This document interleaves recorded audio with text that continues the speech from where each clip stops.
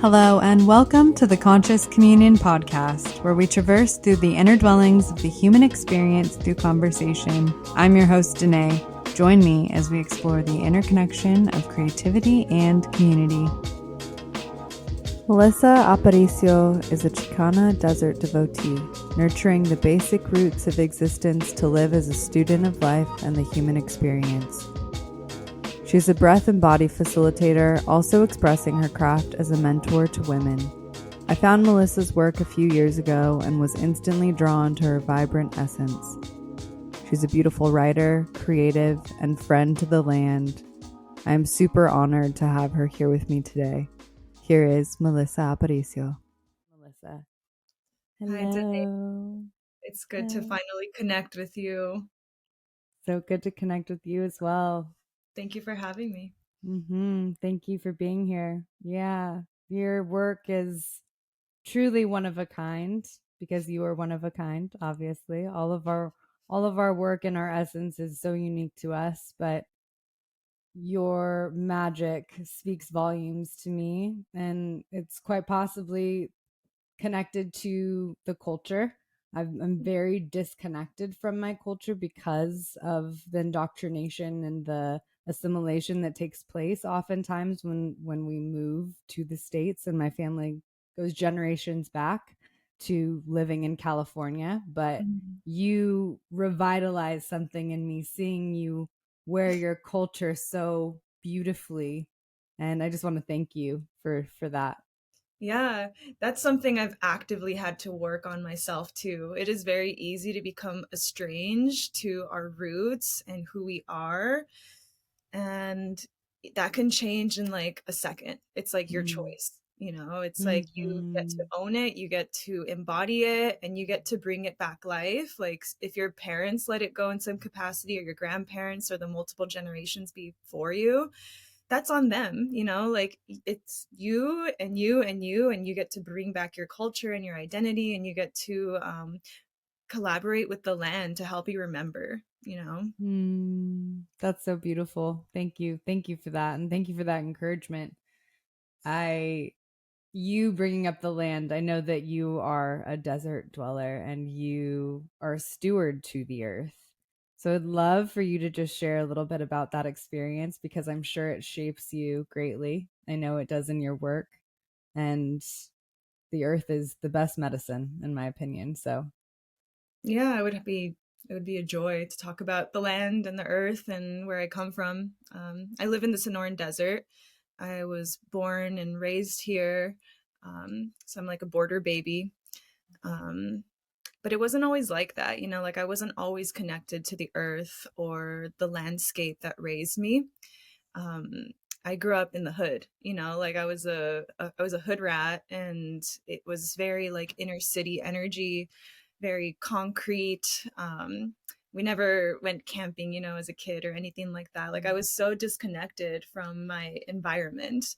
And it wasn't until I was a young woman on my own that I really started to gravitate more towards where I live and the desert that was around me. So yeah, it's been a really slow burn. It has taken some time, and it took me to reach like very strong rock bottoms for me to like reach back to the earth for guidance, like when you don't know who to speak to, when you don't have anyone to turn to, like the land is always there. And that's kind of what brought me onto that path. Man, there's so many layers to that journey for me.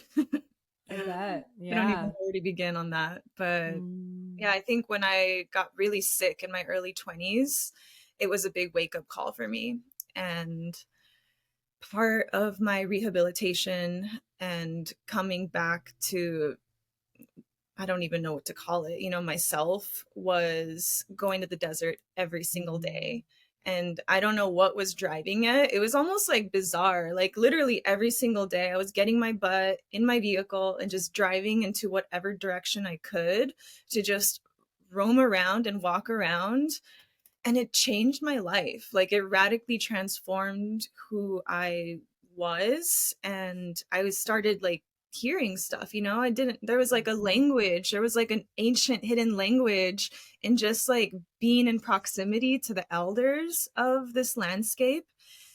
And I didn't know what it was, you know, like I didn't have any teachers in this regard. And so a lot of it was just like self-led and just being willing to listen. And I think that's Mm. what's really beautiful about being at like a rock bottom where you have nothing left to lose. And so you're just kind of like cracked open and just down to receive whatever it is like the natural world has for you in that given moment. Mhm. And so, yeah, when I was a young woman in my early 20s, that's kind of what happened to me.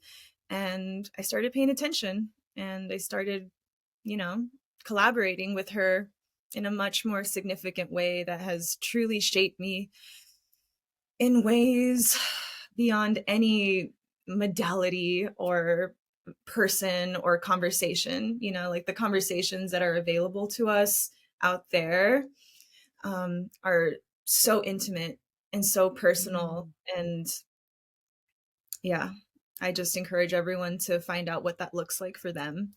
And I think that also helps pacify the need to have to always be externally grasping for answers and solutions. And let me try this and let me see what they have to say. And, you know, it's a never ending search. And so part of my path of no longer searching and searching and searching was just sinking in and letting the earth kind of take you, devour you, if you will.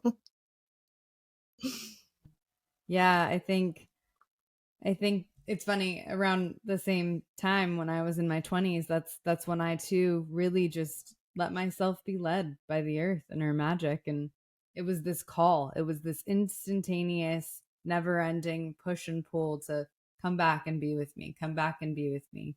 And those are the lessons that have forever shaped me into who I am today.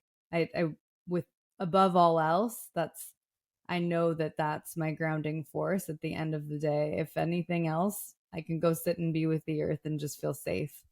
And, Yeah. you know, Yeah. I mean, we have to create safety for ourselves. And that's definitely hmm one thing that the landscape continues to teach me. Um, I feel you. I feel you especially on in the all levels. desert. Yeah, I mean, a lot of people see the desert as a very like hard and cruel kind of environment. And I mean, I think any environment can be that, you know, if that's what hmm you're kind of looking for. Um, but the desert has like taken me places that I never thought I would be. Like I don't know. Part of like reviving your relationship to the land is like coming back to your intuition, you know, like I didn't mm know that I was training my intuition by just going to visit the land every day and communicating with the land. Like you're hmm literally like returning to that innate intuitive muscle that just pulses with you at all times.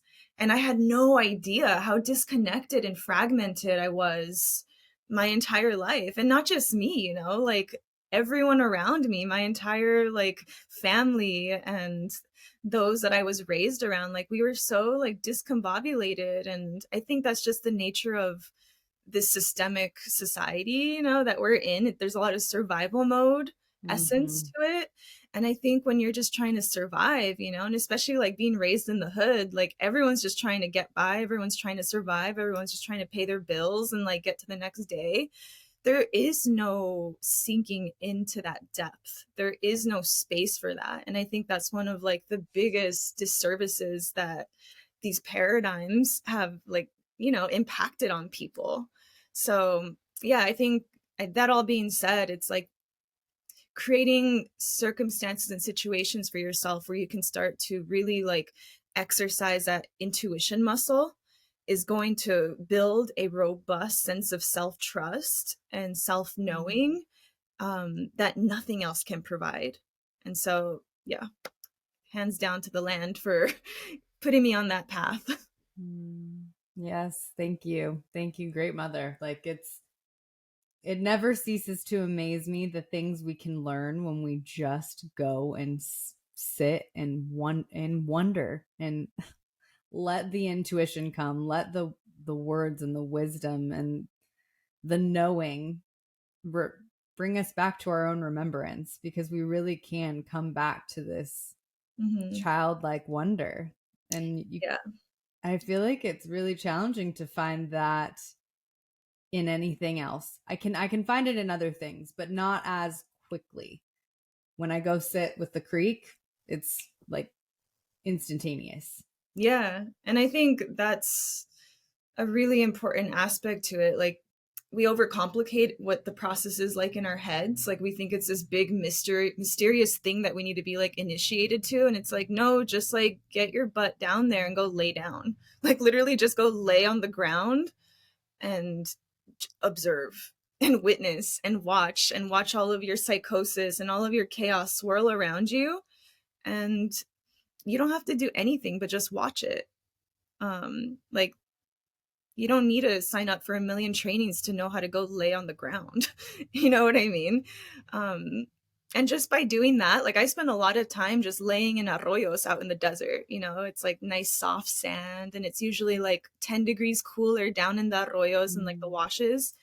And yeah, I just take myself on a nice little hike, and you know, I have my little spots that I like to frequent, and you just lay and you just roll around and you cry sometimes or you laugh sometimes, and there's just like this lively energy that eventually just starts circulating around you. And it is like bringing back like the inner child. You know, I do feel like a little kid again down there. A lot of just like the exit, like the cloak of garbage kind of comes off, and it's like, oh, Mm. okay, I could just feel like this, and it doesn't have to be such a big deal. Totally. Yeah, that's you put that so beautifully. So thank you for that. Thank you Yeah. for sharing that medicine with us and the world, because you I've seen this progression in your social media presence, and I'm sure that's been a process, and using your voice, but also having the process to get to the place that you're in today. I'm sure it's been a process. So I'd love for you to just share a little bit about that process and what that's looked like for you to really exercise that part of you, to speak your truth and to be in this place that you are today, where you are really standing in the essence of all that spirit is having you move forward and utilize your voice for good. Yeah, thank you for noticing. Mm-hmm.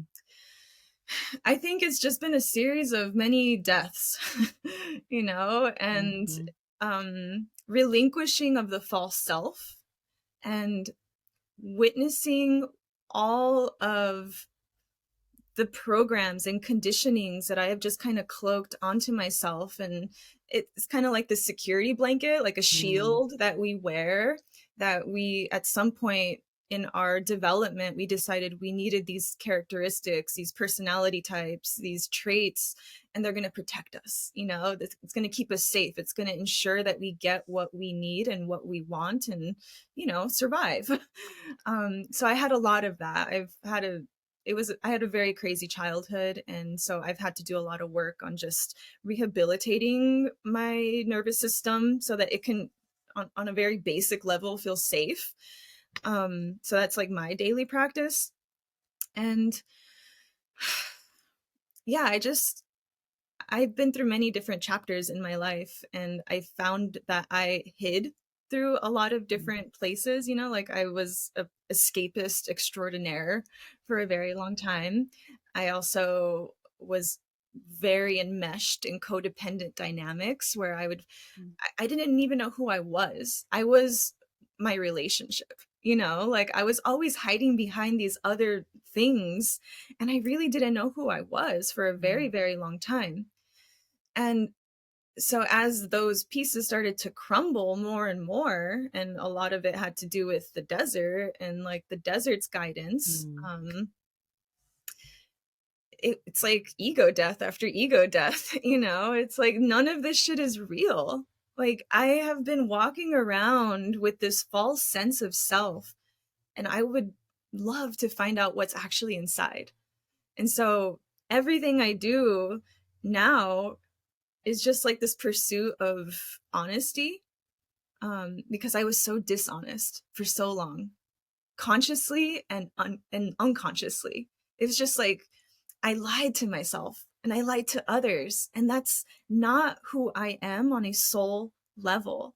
And so it's really becoming curious about the soul essence energy that you were brought into the world with, and it's like simplifying, like it's getting to like the core of this like big, like, like peeling back layers, peel what's inside, what's actually inside. Like all of that stuff is like just stuff that you like, or you were influenced by, or you learned it. Like what's behind all of that? Like who are you without the name, without the family, without the trauma, without all of those things that we create these very strong identifications with?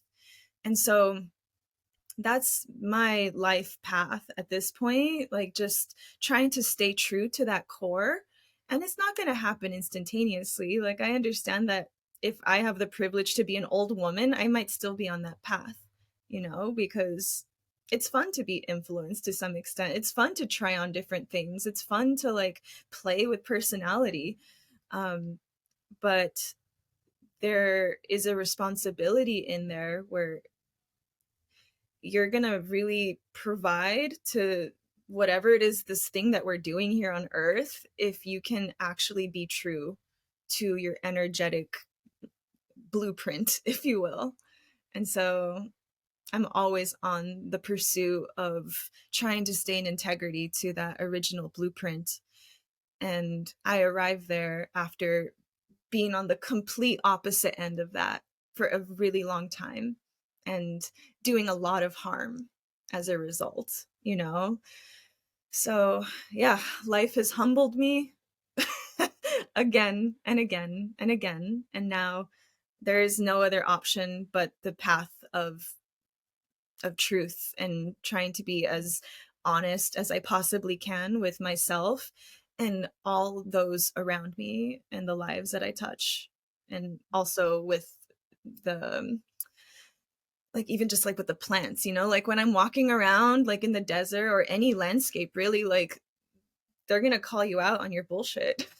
Like you can't lie to a saguaro. Like I've tried. So, oh yeah. Yeah, it's interesting. As you were bringing that up, I felt body tingles, felt the chills. Me too. Yeah, I think it's something that's permeating our culture. I think it's something that's permeating the collective in this moment. And even with the live that you just posted yesterday or the day before, seeing the responses of so many folks that are just feeling so unsettled and in their being and in their bodies is so heartbreaking to me. And I too was lying to myself for a very long time, and I am just coming out of a death cycle myself, and coming into that truth, that resurgence of knowing it's it's awakening something new in me. And I felt every word that you just shared on such a deep cellular level. So thank you. Thank you for utilizing your voice for good. Thank you for using your platform to inspire others and also inform others of how to get to a place of peace within themselves. I know that takes work for the individual, obviously, but you're giving them tools, you're giving folks tools. And I think that that's a really beautiful thing to do, because you've gone on the journey and you've taken yourself there. So how do you stretch past the vicious loop of the mind and become a friend to the inner investigator? Because essentially that's what that's all about, right? Especially after an ego death. Yeah, I mean, it's visceral, right? Like you can feel it in every fiber of your being sometimes, like when you're really in it. And I feel like I'm very intimate with that space. Like I'm friends with the underworld. I'm very much, I spend a lot of time there, I suppose. Maybe to like an indulgent extent, you know, like a lot of my life, I think I was just indulging and indulging and indulging and not catching myself indulging. But anyway, back to like the inner investigator, just kind of not taking it so seriously has been a huge part of the process for me. And I think like when I was a lot younger and like traditional meditation practices found me, that was the first time where I was able to really witness like the extent of my chaos. It was like, whoa, I can't believe that this is real. And so like when you're just like sitting in these like classic meditation postures, for instance, and you're just like watching the tornado happen in your psyche, in your head, um, you need to go past that, you know. It goes like you can't just be watching it forever. Like what are we really doing if we're just like observing our chaos? So for me it's like, all right, let's get the body involved, you know. Like I'm still experiencing all of these uncomfortable sensations as my mind does this crazy shit that it's used to doing. Like there's like, I talked about like the tension in my chest, you know, like this is a space that I'm constantly having to like offer safety to. I'm constantly having to reopen and reopen and reopen because it has this inclination and this tendency to want to contract and close. And so I think just starting to pay attention to what's happening in your physical vessel is going to be like the main clue, you know, of like what you can work with next on a moment to moment basis. It's like, oh shit, like my right shoulder is flaring up like crazy right now.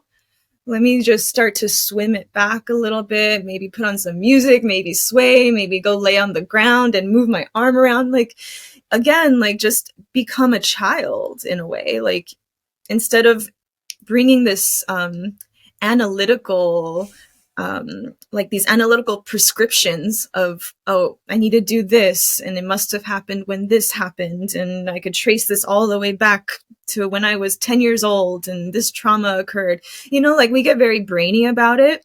And to me, like that's a very allopathic way of thinking when you're trying to find the, you know, like looking at your body like a car, like looking at it as if it's parts of a car. Like that's not how it works, you know, like we're holistic entities. And so if it's happening in one area, like that's just speaking to an entire energetic flow that is needing restoration.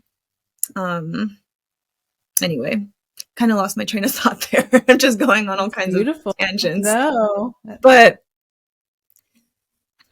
so instead of like going down the path of thinking allopathically of like, oh, I need to figure out what the source of this pain is, or what the source of this emotion is, or what the source of this negativity, as if it's a problem, kind of making the switch to it being an intelligent entity that has information for you. And I think that has been groundbreaking for me. And that has origins in the work of unshaming. And so we shame our thoughts, we shame our emotions, we shame like physical symptoms that we have, like, oh, I wish this pain would go away, this pain sucks, this pain, like my life will be so much better when this pain goes away. It's like, hold up, like, is that really true? Because if it's happening, if it's circulating within you, there is information in there for you. There is like an opportunity that is embedded inside of that code. And so if we can just kind of make the paradigm shift of just trying to like shoo it away and bat it off and call it names and just like long for the opposite feeling, we're only getting a fraction of our experience, you know, like only a fraction of like the potential experience becomes present. And so when you catch yourself spiraling out and the mind is fixating on a certain area, or there's a persistent emotion or theme coming up, I say lean into it. Take it out on a date, you know, like take it out to the landscape and see what it has to say. And it might not say anything for a good while because if like chances are, if you are feeling that way, you've broken trust with yourself many times. And so you're going to have to like rehabilitate that trust. And that takes a little bit of effort, a little bit of time, and maybe some resource. I have no idea. Like everyone's karma is different. But I do know that like we like that shattering of trust with ourselves, it has implications. And we need to devote some time to rehabilitating that and restoring that. And once the body, the animal body is like, oh, okay, she's serious, like we can like work together now, you'll start to like be able to like more effectively peel back the layers in a way that doesn't like freak out your nervous system. You know, like there's an open channel for communication now. And so I think like slowness is really, really important for that. You know, like I think we need to watch ourselves and like know when to press the brakes and know when we can accelerate just a little bit more and just proceed with caution, and not like in a paranoid way, but in a loving way. So good. Like a dance. It is a dance. It's exactly what it is. It's a full dance. And so sometimes the dance is going to get a little choppy and uncomfortable and awkward, but keep on moving with it. That's the only way. You just have to like learn to dance with each other and move with each other and be committed to each other, even when it doesn't necessarily feel good. Yeah. I really admire you acknowledging the fact that you have a tendency to go to the depths. And it's so interesting to me because I too have that same tendency. And we found each other.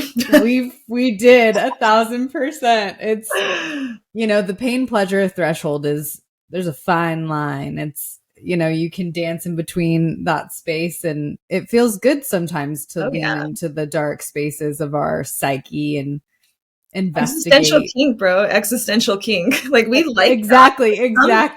We like it. Yes, 1,000%. 1,000%. I've been wanting to read that book. Have you read that? I'm dying to read it. I love her work though. We're talking about I love God, what's her name? Carolyn something. I thought it was Jamie Lee. No, it's not. It's Carolyn. I don't know the last name, but I'll have to add that in the show notes or something just for other folks to. Let's all book club it. Let's book club it. That would be amazing. I think just listening to her explain that idea of how we go to the depths to get that pleasure aspect activated, and then to hear you say that, it's just, I'm glad I'm not the only one. Oh yeah, you're definitely. I think deep down every single one of us has it to some extent. For sure. It's the human, it's what we came here to experience, right? We get to play in those realms of figuring out what feels good and what doesn't, and even when it doesn't and it still does, it's, you know. Yeah, sometimes you just want to press on the bruise a little bit. You know. Yeah, absolutely. Yeah, you know, and I think it's interesting culturally. I'm curious if you think that that has any ties to potentially the way that you were raised and the aspect. I know that culturally for me, there's this thing that I was introduced to at a very young age with my family, where it was all about the drama. And that was something that had to be deconstructed. But now we get to do it in a different way, holistically for ourselves. So I'm curious, has that been a part of that aspect for you, going into your depths? Oh yeah. I mean, like the way I was raised and the environment that I was raised in was completely psychotic on so many levels. And I know I have a smile on my face right now, and I've done a lot of work with this, so I feel like very able to hold this posture when I speak to it. But it was crazy, and it was a home of a lot of domestic violence, of emotional manipulation. From a very, very young age, I feel like I stepped into the mother role, you know? And so just, yeah, it was just a very unstable environment that I grew up in, and with very low emotional intelligence, I suppose. And yeah, just like arrested development, like adults who don't walk themselves through the path of maturity and just kind of get stunted in one area. And so I witnessed that my whole life. And once I was out of that home and on my own, I started like repeating a lot of the stuff that I saw. And until I couldn't anymore, until like my physical health literally stopped me in on my tracks, and I had to like second guess everything. But yeah, my home and like my parents and my family and like all of the drama that comes along with like, I don't know, just being a Mexican American from the borderlands, you know, there's a lot of cultural and like very deeply embedded things in that, whatever you want to call that. Um, but yeah, family's complicated, and I've had to really step into my own, you know, and recognize that I am next in line, and one day I get to be the elder, and I'm going to leave behind a different trace. And that is all I can really do at this point. But Mm. yes, to answer your question, 1,000%, my family, my lineage, the karma that I was born with, the one thing I've been thinking a lot about lately has been intergenerational curses, because like me and my mom have been talking a lot this week because there's like a really crazy situation happening right now amongst the family. And I was asking my mom, like, I was being the investigator, you know, like, hey, like, how long has this been going on? You know, like, I noticed this trend happening and we traced it back 4 generations. And I was like, holy shit, you guys, like, how much longer do we want to keep on playing this game? And so it's, you know, it's my turn and I'm not going to play that game anymore. And we have to be very aware of like, just like what our bloodline carries. And it's not benign, you know, like we're not immune to that. And it doesn't mean that you need to get wrapped up in the drama of it all, but we need to pay attention to where we are contributing to that paradigm and have the finesse to be able to stretch and wiggle around it so that we can leave a different legacy, because it doesn't have to be that way. Like, we are the next elders and we should be freaking trying our damnedest to leave a better world behind. 1,000%. I couldn't agree more. I too have been in the process of being the first to do the work. And fuck, it's a lot of work to Yeah, be man. the first to do the work. Yeah, it sucks in many It's ways. exhausting. It's so exhausting. And then, you know, even you mentioning many deaths have been a part of this becoming, a part of your metamorphosis. And that is just a part of this journey when you say yes to being the elder that decided to make the change for the next generation and the Yeah. next generation. And especially as women. I mean, I think like women are just the most magical creatures on earth. And I wasn't really raised to believe that. Um, but I really believe that a woman sets the tone for the home, you know, and obviously maybe my childhood has influenced some of that.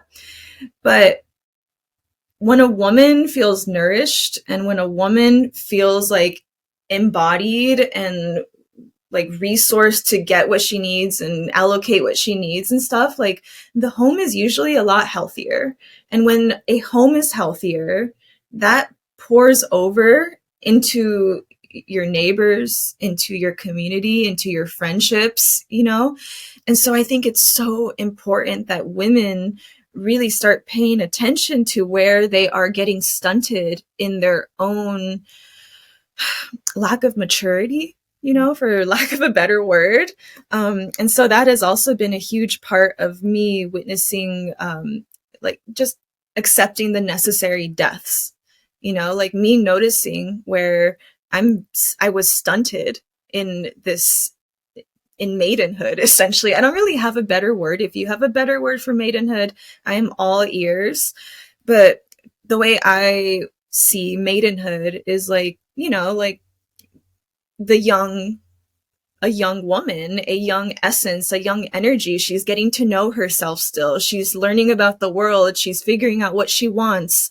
But we can't be stuck in that forever. Mm-hmm. Like, there's not going to be any stability in a home if it's being run by a forever maiden, which is something that I witnessed growing up, and this isn't done consciously, but it's like, what is your emotional capacity? Is it stuck in that like wounded maiden stuff, or does it have the robustness and the capacity to be able to have a hard conversation without World War III breaking out? You know what I mean? Very much so, unfortunately. Yeah, family and whatnot. My mom and dad and I have had many conversations about this specifically, and they're aware. They're aware the traits that they brought in the home. They're aware that, and to a certain degree, we know that if they weren't given the tools, and we know now also there's so many more resources than there were then. And so I'm grateful that we get to carry the torch, that we get to be the bearers of this beautiful opportunity to set forth a new path. However, it doesn't make it easy.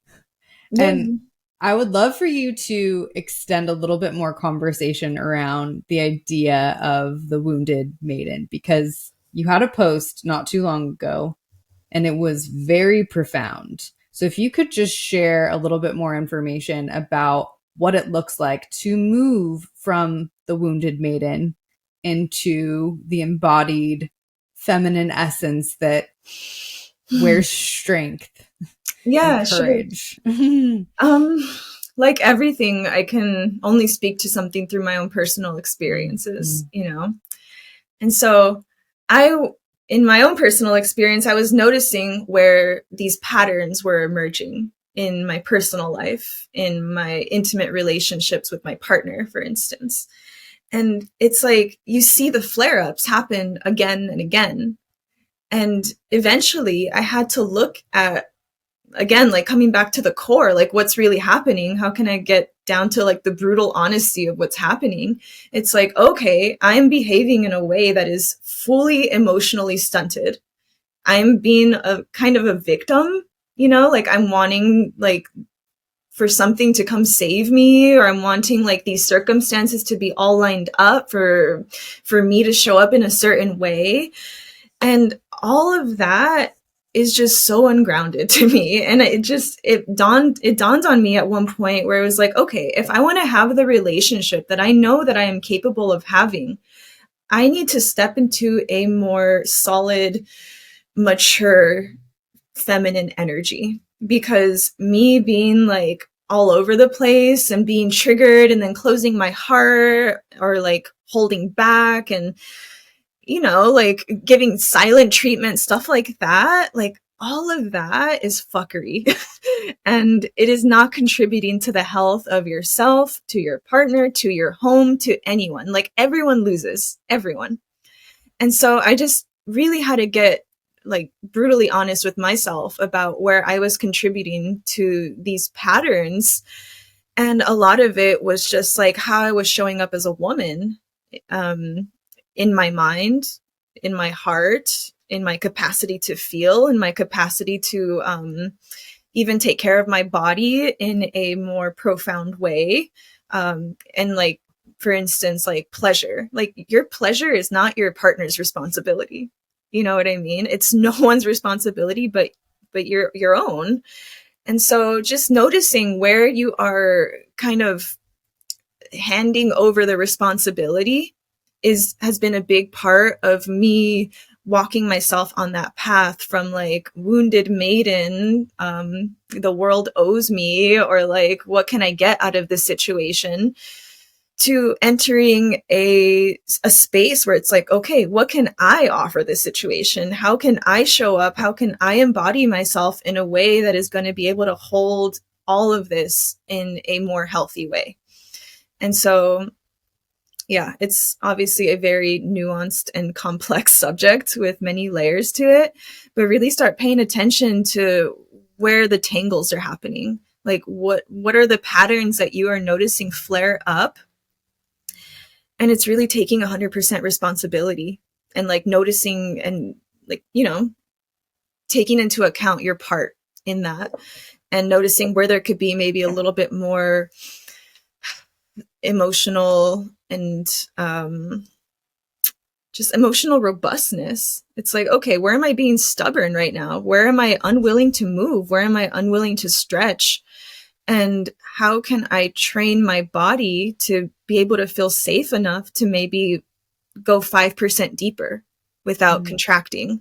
And so I think like this idea of doing it gradually is really important. Like that's a huge thing for me because burnout is very real.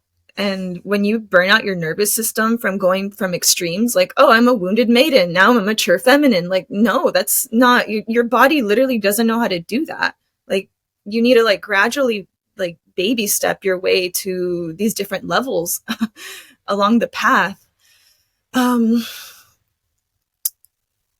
yeah, that's been a lot of my journey, just witnessing, observing, getting brutally honest and stretching what is possible within those spaces. And I think relationships, especially your intimate relationships, are going to be a very potent mirror, like, because what you do in your intimate relationships, you don't do anywhere else.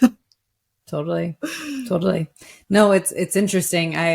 I've noticed that in my own, I'm married. I've been married for almost 8 years, and it's interesting because I went through my spiritual awakening and I've gone through many deaths in the process of those 8 years, but there's been so much work that's been done since I moved to Portland, but even a couple years prior to that. So for the past 4 years.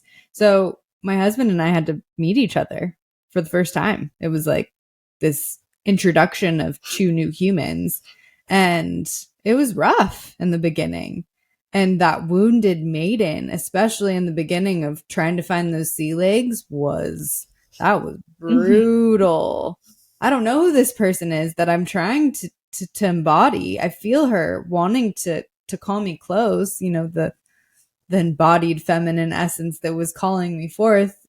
I still didn't know how to do it. So it felt like I was like a calf with the shaky legs. The shaky legs, exactly.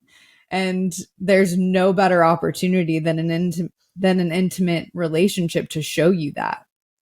Yeah.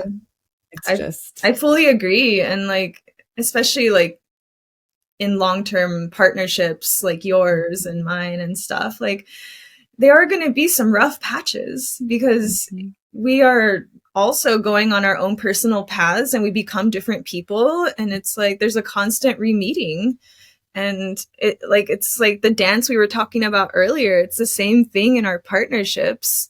But what's beautiful is like, if you are with a partner who is like 100% down to meet you there and is 100% down to do that awkward dance with you, like you're golden, like that is an intimacy that, there's nothing. I mean, that's the sacred union that allows us to, I think it's obviously most important for us to feel that safety within ourselves first.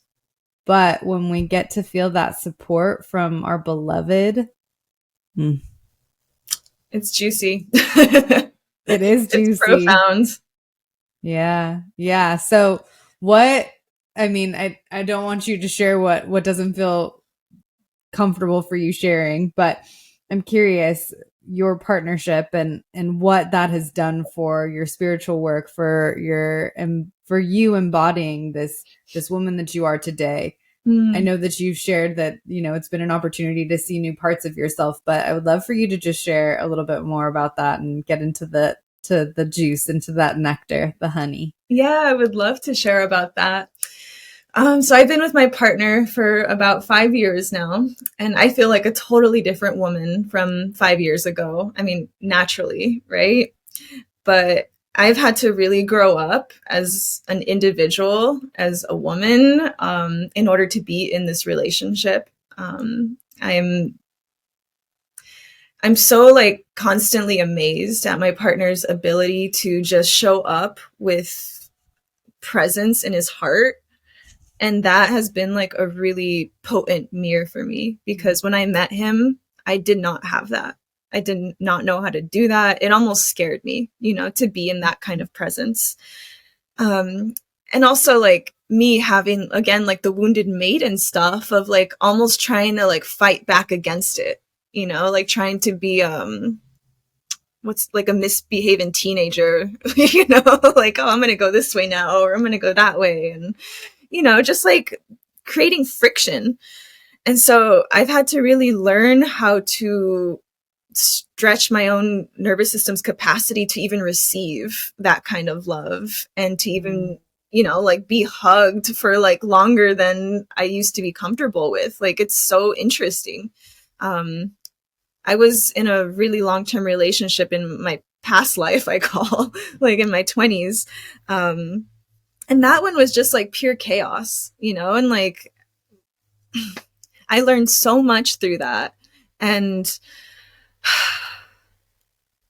there was just no sense of like I was hiding the whole time. And so once I like let go of that chapter of my life, it was like, okay, you have an opportunity to create a whole other environment for yourself. And so when you really start living more from like the perception of what your heart has in store for you, um, it's just everything becomes a lot more real. And so this relationship is just like, it's brought me all the realness. It's made me face all of like my ego stuff. And it's just like the ego is so hilarious. I was clinging onto it for dear life for so long, for the first many years of this relationship, probably. And it's just, this relationship is asking me to step up into becoming uh, the mature woman, that I know I have the capacity to be at this stage in life. And we are building dreams that I don't know, I never even knew that these dreams were really going to happen. Like last year we bought a 50-acre off-grid ranch out in the desert, and right now we're preparing the space for us to move out there, and we're going to raise animals, and we're going to build earth structures. And like, I can't even imagine a better human being that I could do this project with, And so like my heart is just constantly being cracked open and cracked open and cracked open to just the potential that life has like in store for you, and that like dreams really can like manifest if you're in proximity to, like people who want to go in that direction with you. I think there's like this natural like, swirl to life. Like there's this direction that we have, and sometimes we can like choose partners that have like an opposite direction, and so you're never really like building life together. But when you find someone who wants to move with you in that similar way, like this whole other world opens up. And so I am ecstatic about my partnership, and he's just constantly like asking of me to open up even more, And so it's like a little challenge, and I'm so here for it. Like I need this challenge, because if it wasn't for someone that I love and who I trust asking me to step up in this way without even telling me, like he's not verbally saying like, oh, you need to step up.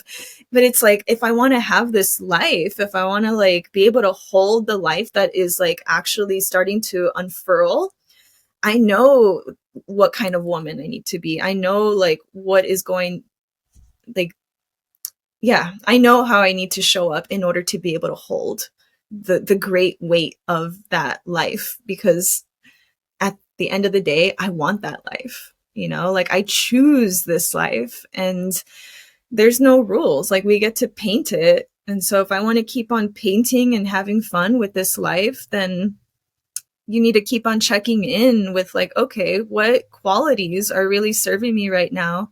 And what qualities can afford to maybe be let go of or adjusted or reoriented in some capacity so that they can hold more love and so that they can hold more resilience to do hard things like move out to the middle of nowhere with, Mm-hmm. you know, and build from nothing. So it's going to be cool. I'm so excited for you. I would love for you to just share a little bit about you stewarding this land. I see your incredible animals, your ducks and your chickens and your friendly little visitations that you have from the Yeah. cats, the local kitties, and Yeah. all of it. I know. We have a really sweet house here where we live in Tucson, Arizona, and we've created a really fun like little ecosystem here. And yeah, we have our geese running around being crazy, and there's just all these neighborhood cats that come rolling in with all their petty dramas. And yeah, yeah, we have a lot of fun little creatures, and I can't wait to have more animals out there. Like I don't know, yeah, I don't know when that happened that I wanted to have all these animals, but it's only getting started, my dude. It's only getting started. The sheep are on their uh, way. yes. Oh my gosh. So much fun too. So, I mean, sheep's milk, like Exactly. I mean, that's part of our fantasy, you know, like we want to be able to be self-sufficient to some a extent. thousand Like we want to percent. raise our own food out there, and we want to just be more engaged with everything that we actually use. And yeah, so that being said, like everything that we're going to be doing out there at the ranch is going to be fully in consideration to the landscape. And we're going to be moving at a pace that allows the landscape to also inform us of what it wants Mm, and what it needs. mm. And the space, it used to be like a cattle ranch for maybe like 60 years, 70 Wow. years from like this old like Mexican family. And so we're kind of like inheriting this like legacy, it feels like. And yeah, I don't exactly know what it's going to become because I feel like we both feel like we need to live out there for a while to really even understand who she is. Mm, But it's at a different elevation. So there's a few different plants out there that I don't really have many relationships with at this point. So I'm very mm, excited to get to know these new friends. And yeah, we're going to build so many cool structures. My partner is an amazing builder. He's like a builder, an inventor, like a madman. Like he's like the perfect person for this crazy job. Excuse me. But yeah, so we're going to be building different things. We have visions of creating guest houses for people to come out there and have this experience. Because it's off grid, like the second you get mhm, out there, like your nervous system actually like drops in and it feels so good. And I want people to experience that for themselves, you know? So I can't wait to mhm, take like the work that I do with people out there, you know? Like I love online stuff, you know, but it's the in-person, you know, like sensate proximity that really lights me up. And so having the opportunity to create a space for people to gather and for community to come together in a place where you're not just being like electrically fried all the mhm. time by like all this stuff Totally. excites me deeply. And so that's kind of our Mm. intention with the space out there. It's so inspiring. That's my husband and my vision. Really? We moved to Portland to figure out where we wanted to have land. We have a vision of owning land and creating it to just be a place where people can come and rest Oh, and whatever else that means, you know? yeah, that's beautiful. Yeah, I would love to have you both visit whenever we have our guest houses I would going. love that. Yeah, please It'd be come. such an honor. And that's part of the vision too, you know, like creating a network of people. Like, okay, you have your spot over there, we have our spot over here. When the weather's crappy over there, come down here. Like, Mhm. there's like no rules, you guys. Like, we get to like create life as we want it. And so if we can like just kind of like collaborate to some extent, like, because it can't just be a one person thing. Like, it's impossible. It will take like literally a lifetime. You build it and then you die and you don't even get to enjoy it. So yeah, Exactly. we're gonna have to get Ex- clever, and that's part of the intent. So mm. come visit, everyone. Yes, the collaborations. It's collaborations, community, and the creativity that interweaves us all. It's the most incredible gift that we get to just watch happen before us. It's so incredible, and the internet is an incredible place to watch that happen. However, there's nothing like being in physical space with someone, to be able to put your hands on someone's body, to feel that somatic aspect. And I know you do so much somatic work, and I know we didn't really get the opportunity to talk too much about that, but I would love for you to leave us off with just some advice, some wisdom. And I know that it's all from the inner workings of your own experience, but with your experience, what has been so ever present and helpful for you that you would love to impart to others? Mm. All right, let me feel into it for a moment. Yeah, of course.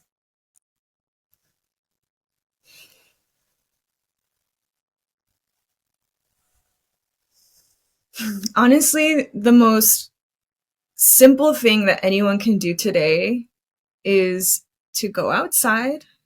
Even if the sun's not out, you're still going to get those good rays coming through the clouds.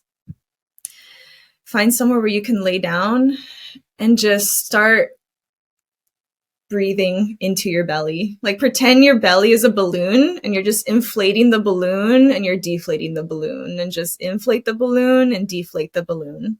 And with every inhalation and exhalation, just imagine that the earth is kind of tugging you down just a little bit.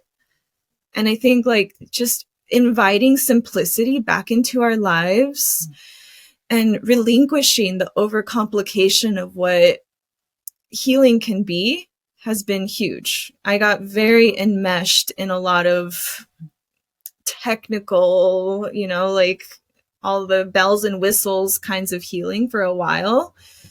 And I think like the past like year and a half, 2 years, I've really been like just coming out of that haze and realizing that, oh, okay, it can be really, really simple, and everything I need is already around me.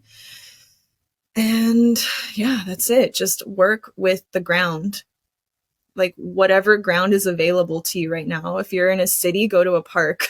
If you have a car, get in your car and like drive in whatever direction where there are like no electric wires present, and just start connecting with yourself in those environments that are going to remind you of who you are outside of the conditioned paradigms that we expose ourselves to and are exposed to. Um, yeah, that's what I would say. Mm. Earth, breath, simplicity. So good. Thank you. Thank you so much for that transmission. Thank you for your voice, for your wisdoms, and for being a steward to whatever spirit has to teach you, because I know that you're just an open vessel and a conduit for whatever wants to come through. So thank you for being open and Mm, for doing the work to stay open, because I know that you too have that yeah, tendency to close in on the heart. So we're just working that's on what it. the body. Yeah, Yeah. it's a process. It's It's a an honor. process. It's an honor, you guys. Like, we have the Mm, opportunity to unravel and unpack and explore and just like bring back that playfulness. So, it's so yeah, good. thank you for having me, Danae. It was a pleasure speaking Yeah, to you. And I look forward to definitely. the next time we cross paths when you come visit me in Arizona. Yeah, I definitely will do that. Absolutely. Thank you so My much. pleasure. Thank you. Bye bye, Angel. Bye, sweet one. To learn more about Melissa and her offerings, you can find her on Instagram at Melissa Aparicio or on her website at www.melissaaparicio.com. Hey there, it's Danae again. Just wanted to say thank you for sharing your time and energy with me. If this podcast resonates, please like, subscribe, follow, and share if you're willing. Reviews help too, so if you're feeling the vibe, please leave a review where you can. Sending all the love. Peace.